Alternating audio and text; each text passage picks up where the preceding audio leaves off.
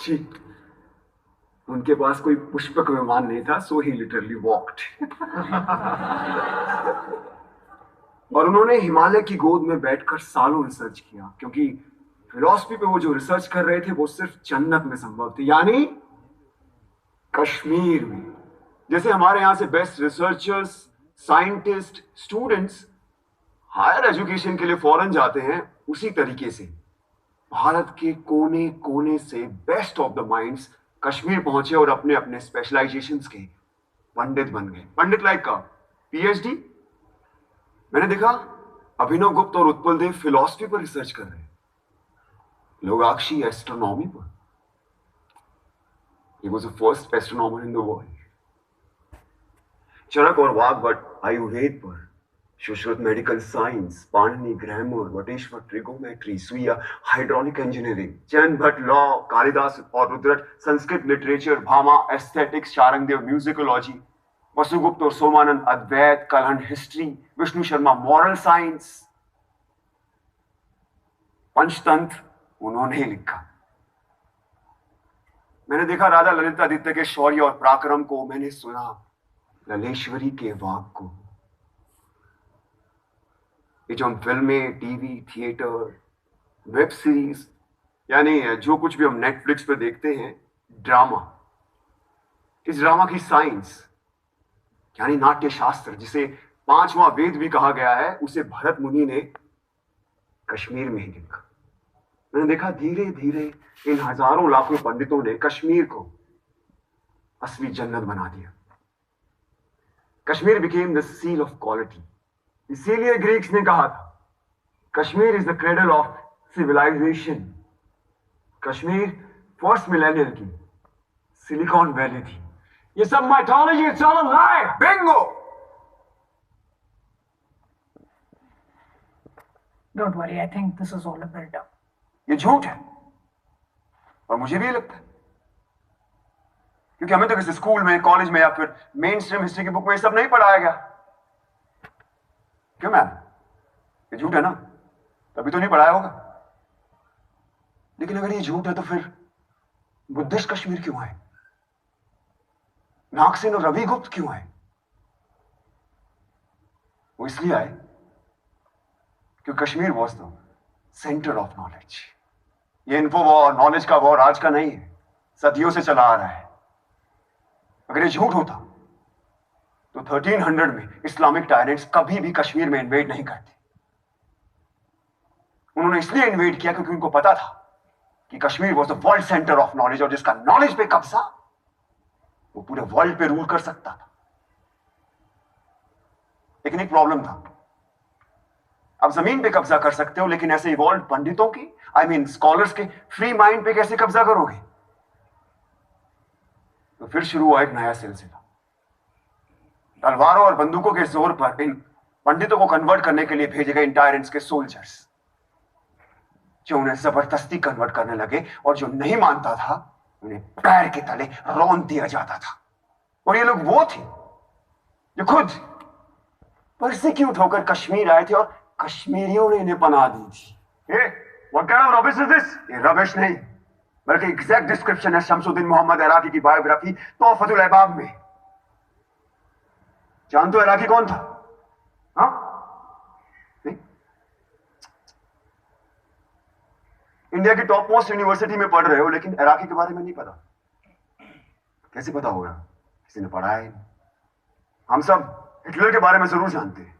Iraqi Hitler से कई हजार गुना भूखा एक इस्लामिक टायरेंट था, जिसका मकसद था सिर्फ और सिर्फ काफिरों के मंदिरों और बुतों को नष्ट करना, उनके ट्रेडिशन, रिचुअल्स को नस्ते नाबूद कर देना,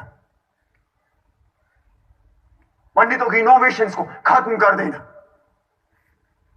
मुझे अभी भी किसी ने बोला, कम ऑन डूड, नाजीज हर रोज 1000 जूस को मारते, तो मैंने तो नहीं सुना कभी कश्मीर में ऐसा कुछ हुआ हो। तो अब सुनो, इराकी और उसके पीएम मूसा रैना के कहने पर हर रोज 1500 से लेकर 2000 काफिरों को पकड़ कर लाया जाता, उनके जनेऊ काटे जाते, उनसे कलमा पढ़वाया जाता, उनका खतना यानी सर्कमस्टेशन कराया जाता, और उनके मुंह में जबरदस्ती बीफ डाला जाता।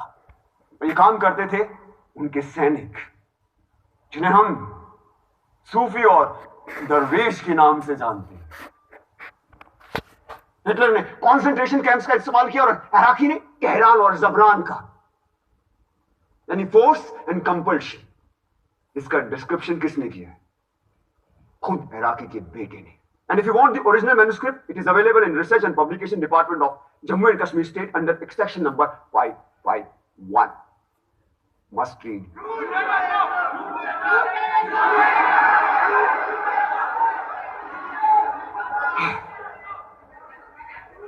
कश्मीर का सच इतना सच है कि हमें हमेशा झूठ ही लगता है।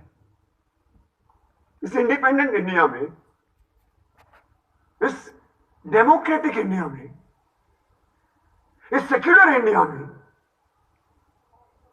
उन्हें एक बार फिर तलवारों और बंदूकों के जोर पर मार काट के निकाला गया। गलत चले, गलत चले।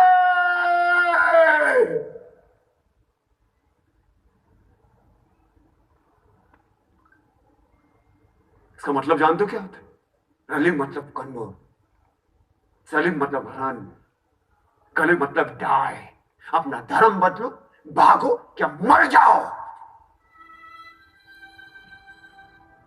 यह उनका 7th एक्सोडस था, और इस बार मामूली एक्सोडस नहीं था,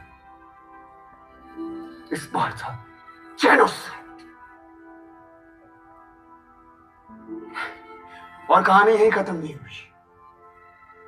उन लोगों का एक बार फिर जेनोसाइड हुआ, जो ना इराकी ने किया, ना टेररिस्ट ने किया, और ना स्टेट ने। जो किया हमने और आपने आप सबने, जब हमने उन्हें अपने दिल और दिमाग दोनों से निकाल दिया। और ये था रियल जेनोसाइड। ये सब झूठ है। There was no real genocide. We don't want your fake propaganda. Listen Krishna, जो तुमने देखा वो बताओ, ज्ञान मत पेलो। जो हमने पढ़ा नहीं वो हिस्ट्री नहीं, जो हमने देखा नहीं वो हुआ नहीं, तो कश्मीर में जेनोसाइड हुआ ही नहीं। और कोई सच बोले तो ज्ञान मत पेलो। Now he'll prove his own hypothesis wrong. I don't bet on ordinary horses. जिस नॉलेज के लिए कश्मीर क्रेडल ऑफ सिविलाइजेशन कहलाता था, कभी हमने उसे नेशनल हेरिटेज की तरह समझा ही नहीं। और आज ये भारत का नॉलेज सेंटर एक्सटेंड होता जा रहा है, हमें उसकी खबर भी नहीं। से शेम शेम शेम। हमने मरने वाले को क्यों मार दिया? क्यों मरने वाले सिर्फ कश्मीरी थे, ना कि भारतीय? 1990 में सिर्फ कश्मीरी हिंदुओं को नहीं मारा गया, बल्कि तमाम मॉडरेट मुस्लिमों को भी मार दिया। यही नहीं, सिख, बुद्धिस्ट, क्रिश्चियन, डोगरा, गुज्जर, दलित, जिसने भी टेररिज्म के खिलाफ आवाज उठाई उन्हें मार दिया गया। यहां तक कि अरे यार, कश्मीर की सोल तक को मार दिया गया। थिएटर, आर्ट, म्यूजिक, लिटरेचर सब बंद कर दिए गए। 1996 में एक सिनेमा हॉल खुला तो वहां गोलियां चला दी, पीपल डाइड। कितने टेम्पल्स को तोड़ा गया, उनको आग लगाई गई। क्या वो सिर्फ टेम्पल्स थे? क्या वो सिर्फ बुतों का घर थे? क्या वो भारत का फाइनेस्ट आर्किटेक्चर नहीं थे?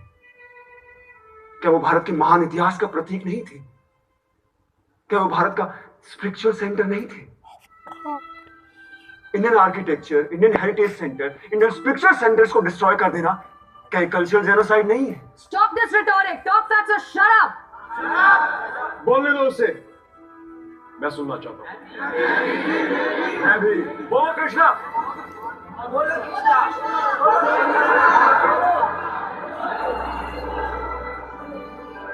बिट्टा ने ओपनली टीवी इंटरव्यू में एक्सेप्ट किया कि उसने 20 मासूम लोगों को मार डाला। अरे जिसने दिन दहाड़े एयरफोर्स ऑफिसर्स को मार डाला, उसे इंडिया के टॉप मोस्ट ऑफिस में इनवाइट किया जाता है। क्या ये एडमिनिस्ट्रेटिव जेनोसाइड नहीं है? हाँ, जब ये फंक्शन खत्म होगा तो आप लोग कहां जाएंगे? आपके घर। और हमें हमारे घर जाने से किसका बाप नहीं रोक सकता। लेकिन क्या कश्मीरी पंडितों को वापस अपने घर कश्मीर जाने का मौका मिलेगा? Is this justice?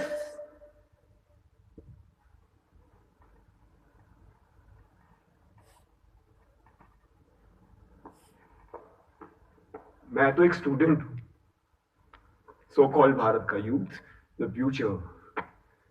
मैं दुनिया के बारे में ज्यादा जानता नहीं, लेकिन इतना जरूर जानता हूं कि जिस राष्ट्र में राइट टू जस्टिस नहीं, वो राष्ट्र कभी विश्व गुरु नहीं बन सकता ना। राधिका, प्रोफेसर राधिका मेनन, आपने एक बार मुझसे कहा था कि हर कहानी में एक विलन होता है। बिल्कुल होता है, लेकिन उससे बुरा विलन कोई नहीं जो एक बच्चे से उसकी मां को छीन। कहा जाता है कि जिस जमीन से आपकी जड़ें जुड़ी होती है ना, वो जमीन आपकी मां होती है। तो हां, है कश्मीर मेरी मां। मेरी मां का नाम शारदा था, ये उसकी कहानी है। मेरे भाई का नाम शिव था, ये उसकी कहानी है। तो ये कहानी सिर्फ मेरी मां की नहीं है, आप सबकी भी मां की।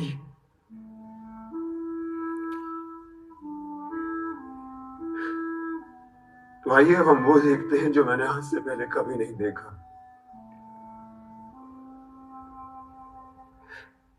और आप खुद तय करें कि कौन है गुनहगार,